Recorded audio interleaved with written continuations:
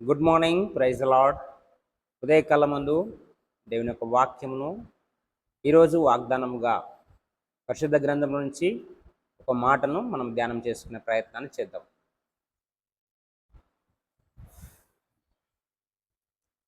పరిశుద్ధ గ్రంథంలో నుంచి కీర్తన 126 5వ వచనాన్ని చదువుకుందాం. కన్నీళ్లు విడిచిచు విత్తువారు సంతోషగానంతో పంట కోసెదరు. కన్నీళ్లు విడిచిచు విత్తువారు సంతోషగానంతో పంట కొయ్యుదురు అని చెప్పేసి దేవుని యొక్క వాక్యము తెలియజేస్తూ ఉంటున్నది. కొన్నిసార్లు కన్నీళ్లతో విత్తనాన్ని విత్తే పరిస్థితి ఏర్పడుతుంది. వ్యవసాయదారులకి ఇది బాగా తెలుసు. ఒక వ్యవసాయదారుడు కొన్నిసార్లు పొలాన్ని నమ్ముకొని జీవిస్తున్నప్పుడు తను విత్తనాన్ని విత్తే సమయంలో ఎంతో కష్టపడుతూ ఎంతో ఇబ్బంది పడుతూ విత్తనాన్ని విత్తే ప్రయత్నాన్ని చేస్తాడు. మన జీవితంలో కూడా కన్నీళ్లతో విత్తువాడు అన్నటువంటి మాటను తెలియజేస్తుంటున్నారు. అంటే ఇక్కడ మనం గమనించవలసినటువంటి విషయం ఏంటంటే, కొన్నిసార్లు మనము చేసేటటువంటి ప్రార్థన అనే విత్తనము కన్నీళ్లతో విత్తబడుతుంది. కన్నీటితో మన ప్రార్థన అన్నటువంటి విత్తనం విత్తబడుతుంది. కొన్నిసార్లు ఆ విత్తబడినటువంటి విత్తనానికి వెంటనే ఫలితం రాదు, వెంటనే ఫలం వచ్చేది, వెంటనే జవాబు అన్నటువంటిది రాదు. అలా అని చెప్పేసి ఒక రైతు పంట వెంటనే రాకపోయినప్పటికీ ఖచ్చితంగా విత్తనం అన్నటువంటిది నేలలో నాటుతాడు. విత్తనాన్ని నాటి ఎదురు చూస్తూ ఉంటాడు. మన ఆత్మీయ జీవితంలో కూడా అనుదిన జీవితంలో కన్నీటి ప్రార్థన అన్నటువంటి విత్తనాన్ని మనము దేవుని సన్నిధానంలో విత్తినప్పుడు ఖచ్చితంగా ఆ ప్రార్థన కన్నటువంటిది జవాబు అన్నటువంటిది వస్తుంది.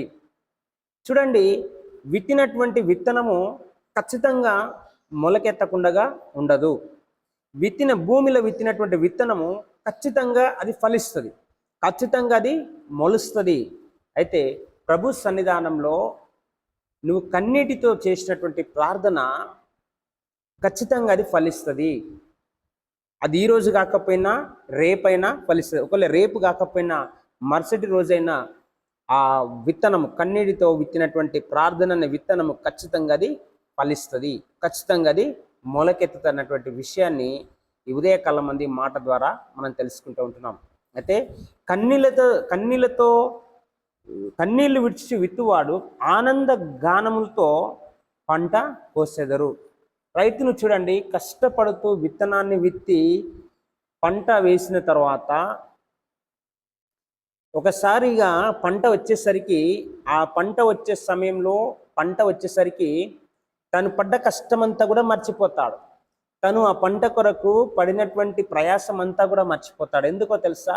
అప్పుడు వచ్చినటువంటి ఆ పంట ఆనందంతో ఆ పంటను కోస్తూ ఉంటాడు. అయితే మన జీవితంలో కూడా కన్నీళ్ళ స్థానంలో దేవుడు ఆనందాన్ని ఇచ్చే రోజు అంటూ ఒకటి ఉన్నది.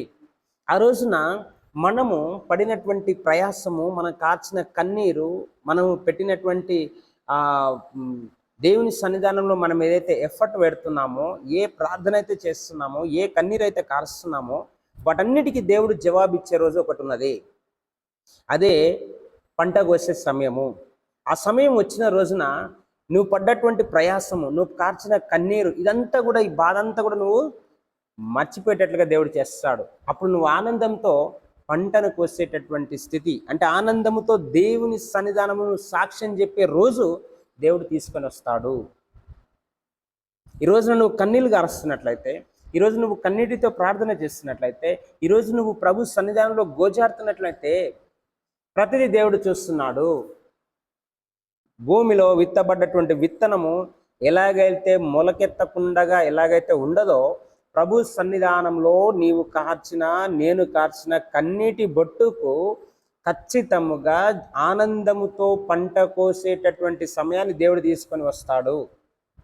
ఆనందంతో ప్రభు సన్నిధానంలో దేవుడు నీ పట్ల చేసిన మేళ్లను సాక్ష్యంగా చెప్పే రోజును దేవుడు నీ జీవితంలో తీసుకొని వస్తాడు. కాబట్టి ప్రియమైనటువంటి వారలారా, ఈ ఉదయకాలమందు కన్నీళ్లతో నువ్వు ప్రభు సన్నిధానంలో ప్రార్థిస్తున్నటువంటి వ్యక్తిగా నువ్వు ఉన్నట్లయితే, ఒక రోజున దేవుడు ఆనందగానములతో పంట కోసేటటువంటి స్థితిని నీ జీవితంలో, మన జీవితంలో దేవుడు తప్పక తీసుకొని వస్తాడు. బైబిల్ గ్రంథంలో ఎంతోమంది భక్తుల జీవితాలను మనం చూస్తూ ఉంటున్నాం. వారు మొదట కన్నీరు కారుస్తున్నటువంటి స్థితిలో వెళ్ళారు. తర్వాత ఆనందగానములతో దేవుని కొరకు, దేవుని స్తుతించినట్లుగా, దేవుని కొరకు నిలబడ్డట్లుగా మనం చూస్తూ ఉంటున్నాం. కాబట్టి ఈ దినమందు నిరుత్సాహపడక, అధైర్యపడక, ప్రభు వైపు చూస్తూ ధైర్యముగా, ఆయన ఈ లోకాన్ని జయించాడు, ఆయన నమ్మిన బిడ్డలముగా మనకు కూడా ఖచ్చితంగా దేవుడు విజయాన్ని ఇస్తున్నటువంటి ఒక విశ్వాసంతో మన ప్రార్థనను ఆపక కొనసాగిస్తూ ముందుకెళ్లే వ్యక్తిగా ఉండాలని ప్రభు పేరిట విషయాలు తెలియజేస్తున్నాను. దేవుడి మాటలను మన వెనుకల్లో దీవించి ఆశీర్వదించిన గాక. ఆమెన్. పరిశుద్ధుడైన తండ్రి, మీ నామానికి వందనాలు చెల్లిస్తూ ఉంటున్నాం. కన్నీళ్లు విడిచిచు విత్తువాడు ఆనందగానముతో పంట పోయిందని మీ వాగ్దానం ద్వారా ఈ ఉదయకాలం ముందు మీరు మాతో మాట్లాడిన విధానం బట్టి మీకు వందనాలు చెల్లిస్తున్నాను. ఈ రోజున కన్నీళ్లు కారుస్తూ మీ సన్నిధానంలో ప్రార్థిస్తున్న ప్రతి బిడ్డ ప్రార్థన మీరు వింటున్నారు. ఒక సమయం అన్నటువంటిది మీరు ఏర్పాటు చేశారు ప్రతి ఒక్కరి జీవితంలో.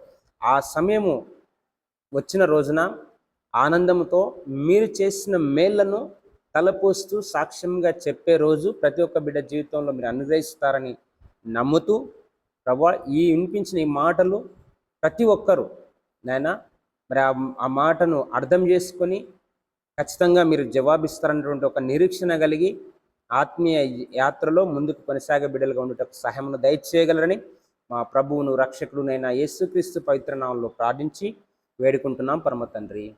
ఆమెన్. దేవుడు మిమ్మల్ని దీవించి ఆశీర్వదించును గాక. ఆమెన్.